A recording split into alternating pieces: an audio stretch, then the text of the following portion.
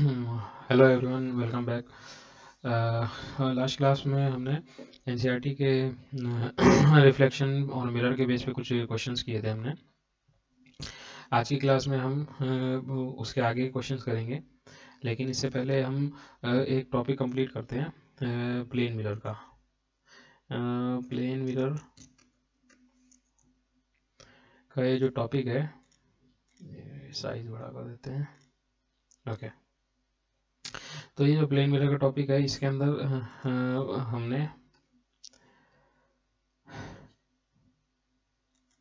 Plane mirror के बारे में पहले पढ़ तो लिया था, लेकिन इसकी प्रॉपर्टीज़ के बारे में नहीं पढ़ा था। तो प्रॉपर्टीज़ क्या क्या हैं इसकी, तो उसके बारे में देख लेते हैं जल्दी से। तो सपोज़ करिए कि हमने एक यहाँ पर प्लेन मिरर लिया हुआ है। सपोज़ करिए इस टाइप से यहाँ पर एक ये प्लेन मिरर हमने लिया हुआ है, ठीक है। और इस प्लेन मिरर के सामने में कोई ऑब्जेक्ट रखा हुआ है हमने इस टाइप से, ठीक है।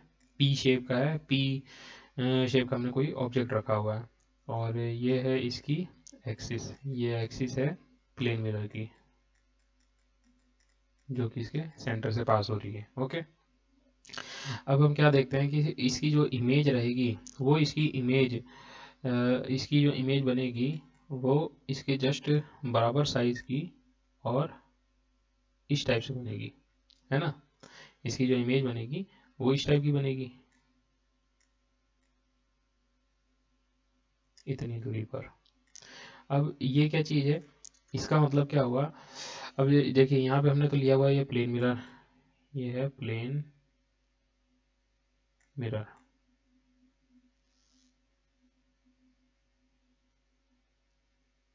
ठीक है। अब इस प्लेन मिरर के अंदर जो इमेज है, ये मिरर के पीछे की तरफ बन रही है। इमेज जो फॉर्मेशन हो रही है वो मिरर के पीछे की तरफ बन रही है। तो वन बाय वन इसके कैरेक्टरिस्टिक्स के बारे में जान लेते हैं। तो सबसे पहला कैरेक्टरिस्टिक को क्या बताता है कि इमेज इज फॉर्म्ड, या इसको लिख लेते हैं हम, सॉरी,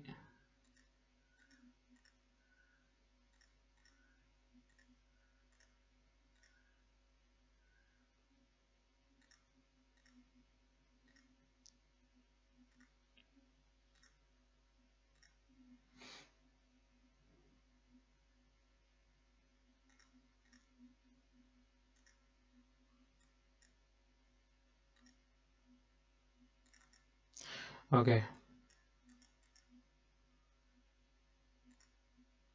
तो हम क्या देखते हैं कि इमेज इज फॉर्म्ड वर्चुअल, इसके अंदर जो इमेज फॉर्म बन रही है and that is virtual, and it forms behind the mirror. ये क्या कर रही है, मिरर के पीछे की तरफ बनती है, ठीक है। दूसरा पॉइंट क्या हो जाएगा इसका, दूसरा पॉइंट हो जाएगा कि जो इमेज बन रही है, sorry,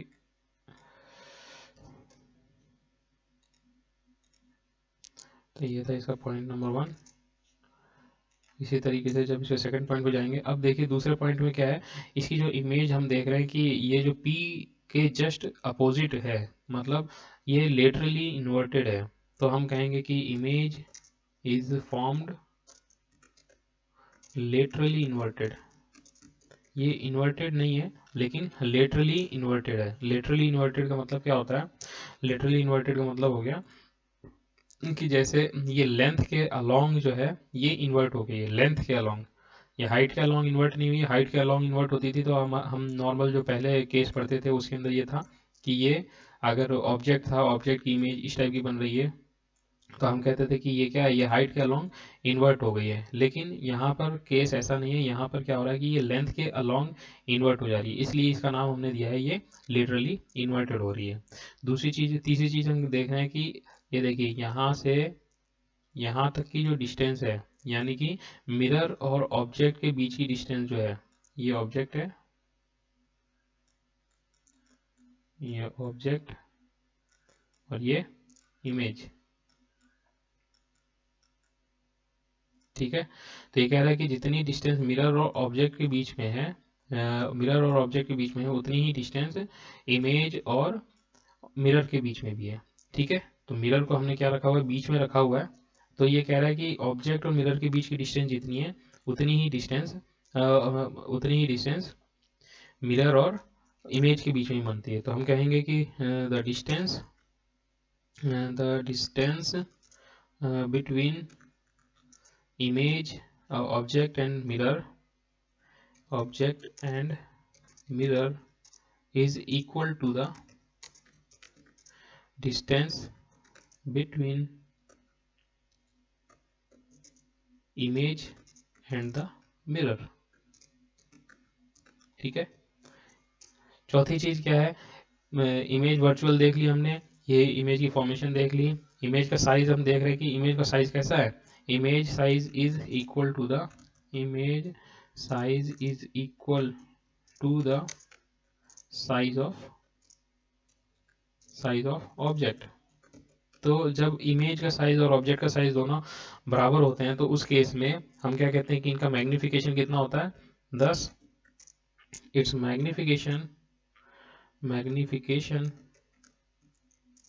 equals to m equals to 1, है ना। तो इसका मैग्निफिकेशन कितना हो गया, इसकी वैल्यू हो गई 1 के बराबर। ठीक है, नेक्स्ट इसके अंदर देखेंगे इसका जो रेडियस ऑफ कर्वेचर होता है, रेडियस ऑफ कर्वेचर वो कितना होता है, radius of curvature is infinite.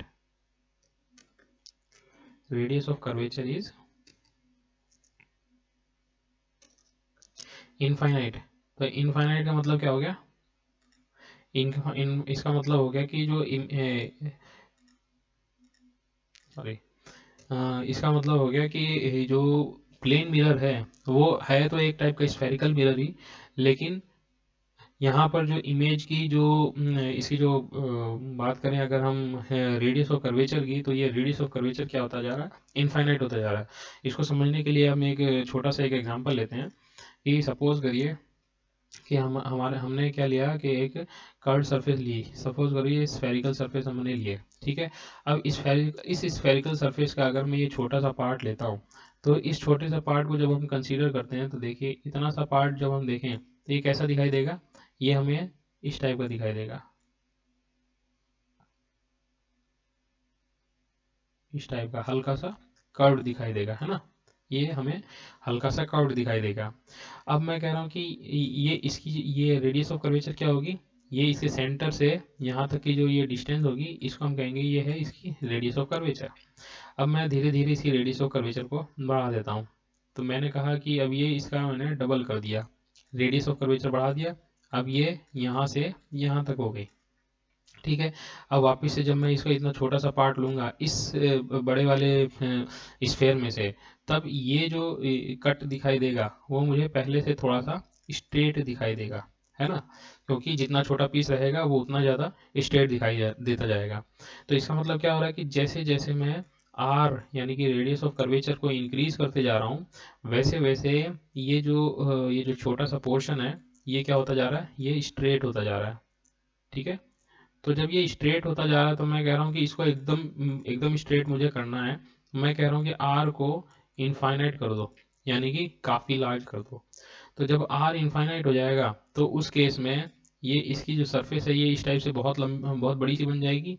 लेकिन जब मैं इसका अब ये छोटा सा पोर्शन लूँगा तो अब ये छोटा सा पोर्शन क्या कहलाएगा, अब ये मुझे जब इसको इतना सा मैं कट करूँगा तो ये मुझे दिखेगा एकदम प्लेन। ठीक है, तब ये मुझे एकदम प्लेन दिखाई देगा। तो इसका मतलब क्या हो गया कि ये जो प्लेन मिरर है ये एक ऐसे स्फेरिकल ग्लास का हिस्सा है जिसकी रेडियस ऑफ कर्वेचर क्या है, इनफाइनाइट है। आगे बात समझ में, तो ये रेडियस ऑफ कर्वेचर इसका इनफाइनाइट कहने का मतलब क्या हो गया कि इस प्लेन मिरर को हमने एक ऐसे स्फेरिकल ग्लास से या ग्लास ऑफ स्फेयर से हमने कट किया है, उससे मिरर बनाया है जिसकी रेडियस ऑफ कर्वेचर क्या है, इनफाइनाइट है। क्लियर हो गया। तो ये बेसिक 5 इसकी प्रॉपर्टीज़ हैं। ये हाँ पांचों प्रॉपर्टीज़ हमें इसके प्लेन मिरर के बारे में याद रखनी है। यहाँ से मैग्नीफिकेशन के बारे में भी याद रखना है कि मैग्नीफिकेशन इसका +1 होता है। ठीक है,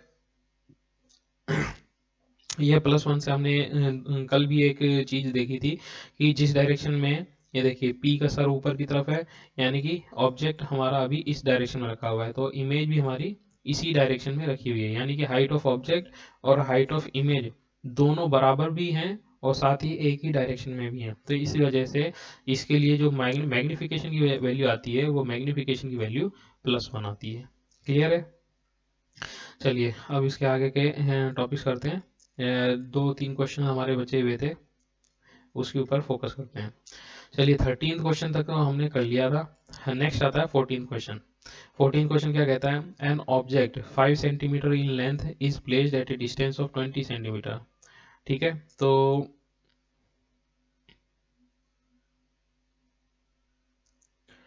ओके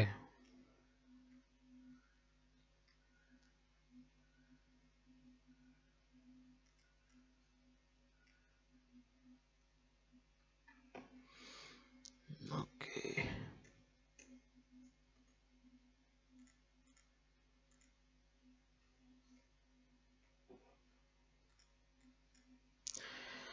हाँ, तो अब इसके अगला क्वेश्चन देखते हैं कि 14 क्वेश्चन क्या कह रहा है? An object of 5 centimetre in length. तो 5 सेंटीमीटर इन लेंथ का मतलब क्या हो गया कि ये ऑब्जेक्ट का साइज दे दिया इसने 5 सेंटीमीटर। तो 14 क्वेश्चन के लिए सबसे पहले लिख लेते हैं हम। 14 क्वेश्चन के लिए क्या दिया हुआ है? हाइट ऑफ ऑब्जेक्ट दी हुई है, दैट इज 14 सेंटीमीटर। अब हाइट ऑफ ऑब्जेक्ट को हमने पॉजिटिव लिया है क्योंकि ऑब्जेक्ट को हम सीधे स्ट्रेट ही प्लेस करते हैं। ठीक है, is placed at a distance of 20 centimetre from in front of a convex mirror। तो यहाँ पे इसने दे दिया कि कॉन्वेक्स मिरर यूज करना है। तो ये सपोज करिए ये हमने कॉन्वेक्स मिरर का शेप बनाया, ठीक है, और ये इसकी प्रिंसिपल एक्सिस हो गई। यहाँ पर हमने इसका फोकस पॉइंट मान लिया, this is F and this is C, here it is P। अब ये कह रहा है कि ऑब्जेक्ट को कितनी दूरी पर रखा है? 20 centimetre in front of the mirror. 14 centimetre का 14 सेंटीमीटर का कोई ऑब्जेक्ट है, इसको हमने मिरर से 20 सेंटीमीटर की डिस्टेंस पर प्लेस किया है। ठीक है, तो अब ये देखिए पोल से लेफ्ट साइड में आ रहा है, तो जब पोल से लेफ्ट साइड में आएगा तो ऑब्जेक्ट डिस्टेंस को हम क्या लेंगे?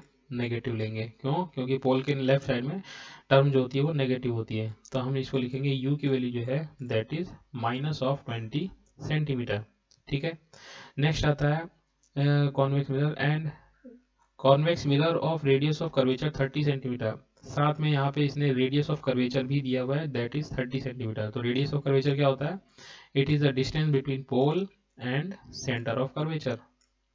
तो इसका मतलब पोल और सेंटर ऑफ कर्वेचर के बीच की ये जो डिस्टेंस है दिस इज 30 सेंटीमीटर। तो जब r की वैल्यू, अच्छा अब एक और चीज, ये पोल से सेंटर ऑफ कर्वेचर कहाँ पे पड़ रहा है? ये राइट साइड में पड़ रहा है, यानी कि towards the positive side of the pole. ठीक है, तो अब पोल से पॉजिटिव साइड में आ रहा है तो रेडियस ऑफ कर्वेचर भी कैसा होगा? ये भी पॉजिटिव होगा। तो हम कह रहे हैं कि ये 30 सेंटीमीटर पॉजिटिव रहेगा। तो जब रेडियस ऑफ कर्वेचर दिया हुआ है तो यहाँ से जो फोकस है, फोकल लेंथ की वैल्यू कितनी हो जाएगी? This is the half of the radius of curvature. तो हम इसको लिखेंगे 30 divided by 2, that is 15 centimetre. तो 15 सेंटीमीटर का हमें इसका फोकल लेंथ भी मिल गया। ठीक है, नेक्स्ट आता है find the position of the image, it's nature and it's size. तो इसके लिए पोजीशन, इमेज, पोजीशन, नेचर और साइज को फाइंड आउट करना है हमें। ठीक है, तो सबसे पहले हम इसके लिए इमेज फॉर्मेशन करते हैं। तो इमेज फॉर्मेशन के लिए क्या क्या किया था हमने? चेंज कर लेते हैं कलर इसका। इमेज फॉर्मेशन के लिए सबसे पहले हमने एक लाइट रे लेनी है जो कि इसके सर से पास होगी, ये parallel to the principal axis pass होगी। तो हम कहेंगे कि ये फोकस की डायरेक्शन से रिफ्लेक्ट हो जाएगी। क्लियर है? ये फोकस की डायरेक्शन से रिफ्लेक्ट हो जाएगी। दूसरी लाइट रे को अगर मैं पोल पर इंसिडेंट करूं, अगर मैं पोल पे इंसिडेंट मैंने किया तो ये क्या कहता है? जब पोल पे इंसिडेंट होती है तो जितने डिग्री का एंगल बनाते हुए इंसिडेंट करती है उतने ही डिग्री पर ये रिफ्लेक्ट भी हो जाती है। तो I इज इक्वल्स टू यहाँ पर R हो जाएगा। ठीक है, अब एक रिफ्लेक्टेड रे ये रही और दूसरी रिफ्लेक्टेड रे ये रही, लेकिन इनका इंटरसेक्शन आपस में कहीं नहीं हो रहा। तो हम इसको क्या करेंगे? पीछे की तरफ एक्सटेंड करके चेक करेंगे। तो जब पीछे की तरफ एक्सटेंड किया तो हमें यहाँ पर एक इंटरसेक्टिंग पॉइंट जो है वो दिखाई दिया। तो हम यहाँ पे कहेंगे कि ये जो है ये इंटरसेक्टिंग पॉइंट के साथ में यहाँ पर एक इमेज फॉर्मेशन होगी। तो इसका मतलब क्या हो गया कि इमेज जो फॉर्म हो रही है वो मिरर के पोल और फोकस के बीच में हो रही है, यानी कि इसकी जो डिस्टेंस होनी चाहिए, इमेज डिस्टेंस जो होनी चाहिए वो लेस देन 15 सेंटीमीटर आनी चाहिए। चलिए अब वन बाय वन इसकी कैलकुलेशन कर लेते हैं। ओके, बाय मिरर फॉर्मूला,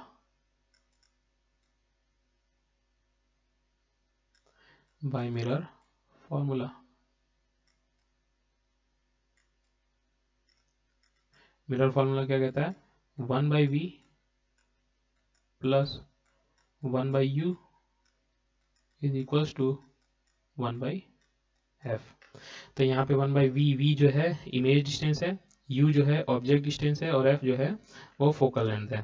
तो यहाँ से हमें जो जो चीज़ें पता है उसको पुट कर देते हैं। 1/v प्लस u की वैल्यू कितनी है, u है -20 सेंटीमीटर, तो हम -20 लिख देंगे इसको, is equals to 1/f। Focal length positive में है, हमने इसको लिख दिया प्लस का 15। तो यहाँ से जब इसको सॉल्व करेंगे ये कितना आएगा, 1/v is equals to 1/15 plus 1/20। इन दोनों का जब एलसीएम लिया जाएगा तो कितना आएगा, एलसीएम आएगा इसका 60, यहाँ पे बचेगा 4 और यहाँ पे बचेगा 3। तो इसका मतलब क्या हो गया कि 1/v जो है 1/v की वैल्यू किसके इक्वल हो गई, 7/60 के इक्वल। तो जब 7/60 हो गया तो यहाँ से v की वैल्यू किसके इक्वल हो जाएगी, v इज इक्वल टू 60/7। तो 60/7 किस पॉइंट्स में इसको कन्वर्ट करें तो कितना होगा, ये हो जाएगा 8.756 और 440 7 35। तो 8.57 सेंटीमीटर के अप्रोक्स इसकी वैल्यू आ रही है। तो अब हमने स्टार्टिंग में क्या कहा था कि जो इमेज डिस्टेंस है ये पोल और फोकस के बीच में आ रही है, यानी कि फोकस की लेंथ, फोकल लेंथ थी 15 सेंटीमीटर, तो इसका मतलब हो गया कि 15 सेंटीमीटर से कम आनी चाहिए। तो अभी देखिए यहाँ पर इमेज डिस्टेंस कितनी आ रही है, it is less than 15 centimetre, ठीक है। तो इसका मतलब ये हमारा आंसर सही है, लेस देन 15 सेंटीमीटर है। और दूसरी चीज़ 8.57 अल्लाह उसके आधे पे आ रही है। दूसरी चीज़ इसका साइन देखिए, साइन पॉजिटिव है, नेगेटिव में नहीं है, तो इसका मतलब हो गया कि ये पोल के राइट साइड में बननी चाहिए। तो इमेज देखिए यहाँ से पोल से राइट साइड में इमेज का फॉर्मेशन हो रहा है, ठीक है। तो दो चीज़ें पता चल गई हमें कि इमेज जो है एक तो वर्चुअल है, यहाँ पे नेचर इसके बारे में पता, हाँ, नेचर लिख देंगे, क्या है इमेज का नेचर है, नेचर इज वर्चुअल,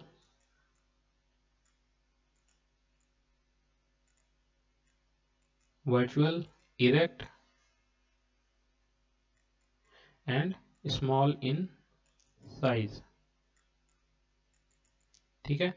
अब ये स्मॉल इन साइज तो हो गया, लेकिन कितना बड़ा होगा उसको हम चेक करते हैं मैग्निफिकेशन से। तो m is equals to, formula क्या था, H I divided by H not is equals to, H not की वैल्यू हमें पता है, एच आई की वैल्यू हमें नहीं पता, मैग्निफिकेशन का नहीं पता, तो इसको हम इक्वल करेंगे -v/u के। अब सिर्फ इन दोनों इक्वेशंस को यूज़ करते हैं, तो यहाँ से क्या हो जाएगा, H I is equals to, H I is equals to -v/u multiplied by H not, ठीक है। -v की वैल्यू कितनी थी, v की वैल्यू में 60/7 यहाँ से कंसीडर कर लेता हूँ, 60/7 मल्टीप्लाइड बाई u की वैल्यू देखिए 20 सेंटीमीटर थी नेगेटिव में, तो यहाँ पे इसको मैं लिख दूंगा -20 centimetre, multiplied by H not कितना था, हाइट ऑफ ऑब्जेक्ट थी देखिए 14 सेंटीमीटर का ऑब्जेक्ट दिया हुआ था, तो यहाँ से हम लिखेंगे इसको 14 सेंटीमीटर। इसको सॉल्व करें तो कितना हो गया, ये 3 टाइम्स चला गया और ये 2 टाइम्स चला गया, तो हाइट ऑफ इमेज कितनी बची, हाइट ऑफ इमेज बची -6 सेंटीमीटर। ठीक है, तो हाइट ऑफ इमेज आई मेरे पास में -6 सेंटीमीटर। तो इस तरीके से हम क्या कर सकते हैं, किसी भी इसका कैलकुलेशन जो है वो कर सकते हैं। क्लियर है? ये न्यूमेरिकल का सॉल्यूशन 14th क्वेश्चन जो था उसका सॉल्यूशन ये है। इसका आप स्क्रीनशॉट लेके भी रख सकते हैं, या फिर जैसे जैसे वीडियो में डिस्क्राइब किया जा रहा है वैसे वैसे इसको आप सॉल्व करते जाएं। ठीक है, इसको मैं यहाँ से हटा देता हूँ।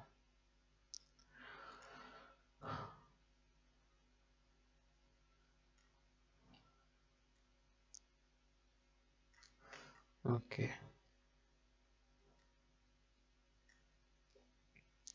नेक्स्ट, अब आगे का क्वेश्चन देखते हैं। नेक्स्ट क्वेश्चन 15 क्वेश्चन क्या कह रहा है, an object of size 7 centimetre is placed at 27 centimeter in front of a concave mirror of focal length 18 centimeter। अब यहाँ पे वापस से इसने क्या क्या चीज़ें दे रखी हैं, अब हम वापस से 1 by 1 क्वेश्चन लिखते हैं। 15 क्वेश्चन में पहले तो इसने बताया है कि ये कॉनकेव मिरर है, तो यहाँ पे हम बना लेंगे एक कॉनकेव मिरर। ठीक है, ये कॉनकेव मिरर हो गया, और ये हो गया इसका प्रिंसिपल एक्सिस। प्रिंसिपल एक्सिस के ऊपर यहाँ पर हमने इसका फोकस मान लिया, और यहाँ पर इसका सेंटर ऑफ कर्वेचर, ये है इसका पोल। अब देखिए, अब ये कह रहा है object size of 7 centimetre. Object size का मतलब हो गया हाइट ऑफ ऑब्जेक्ट, तो इसको हम लिखेंगे h0 से इसकी वैल्यू है 7 सेंटीमीटर के बराबर। अब हाइट ऑफ ऑब्जेक्ट को हमेशा पॉजिटिव लिया जाता है। Is placed at 27 centimetre in front of A concave mirror, तो यानी कि 27 सेंटीमीटर ये हो गया इमेज ऑब्जेक्ट डिस्टेंस। तो 27 सेंटीमीटर हम जानते हैं कि ऑब्जेक्ट को मिरर के सामने लेफ्ट साइड में प्लेस किया जाएगा, तो जब लेफ्ट साइड में प्लेस किया जाएगा तो लेफ्ट साइड में इसकी डिस्टेंस जो होगी वो होगी नेगेटिव में। और in front of A concave mirror of focal length 18 centimetre, focal length इसने 18 सेंटीमीटर दे रखी है, तो ये हो जाएगा 18 सेंटीमीटर। अब ये ध्यान से देखिए, इस इमेज में यहाँ पर जो मिरर है, इस मिरर का फोकस पॉइंट जो है ये पोल से लेफ्ट साइड में आ रहा है, तो जब लेफ्ट साइड में आ रहा है तो इसको हम क्या लेंगे, इसको भी नेगेटिव लेंगे।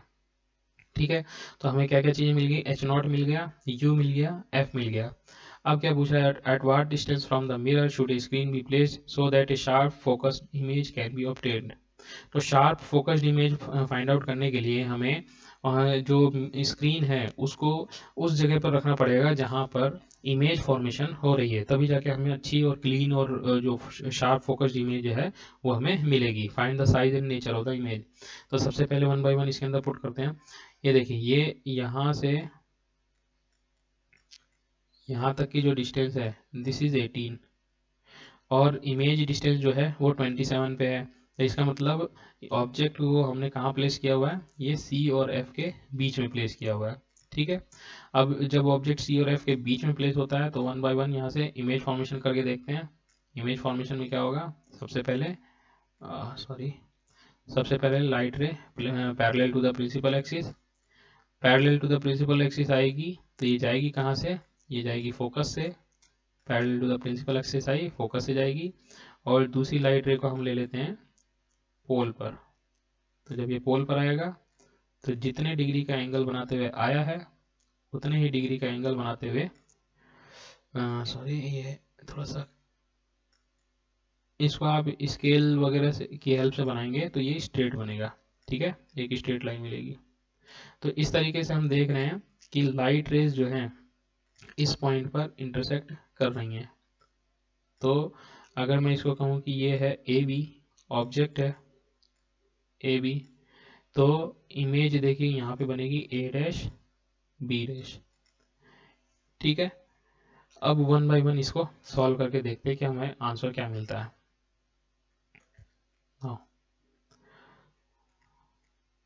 ओके, तो सबसे पहले हमें मिरर फॉर्मूला का यूज़ करना है, बाय मिरर फॉर्मूला।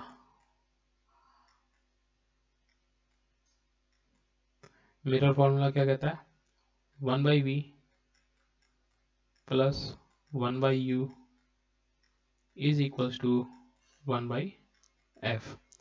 तो v की वैल्यू हमें फाइंड आउट करनी है, हमने इसको यहीं छोड़ा, sorry 1/v is equals to 1/f minus 1/u। तो ये हो जाएगा 1 फोकस पॉइंट हो गया इसका -18 माइनस u की वैल्यू है -27। इसको सॉल्व करेंगे तो ये माइनस माइनस मिलके यहाँ पर तो आपका पॉजिटिव हो जाएगा, तो इसको मैं इस साइड लिख देता हूँ 1/27 और माइनस करेंगे ये 1/18।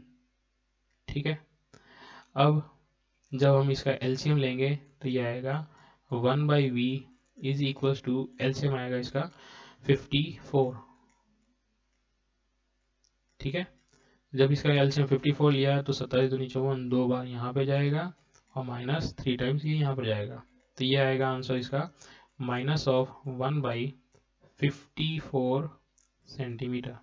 और v की वैल्यू क्या हो जाएगी, इसको इन्वर्ट कर देंगे, v की वैल्यू हो जाएगी -54 सेंटीमीटर।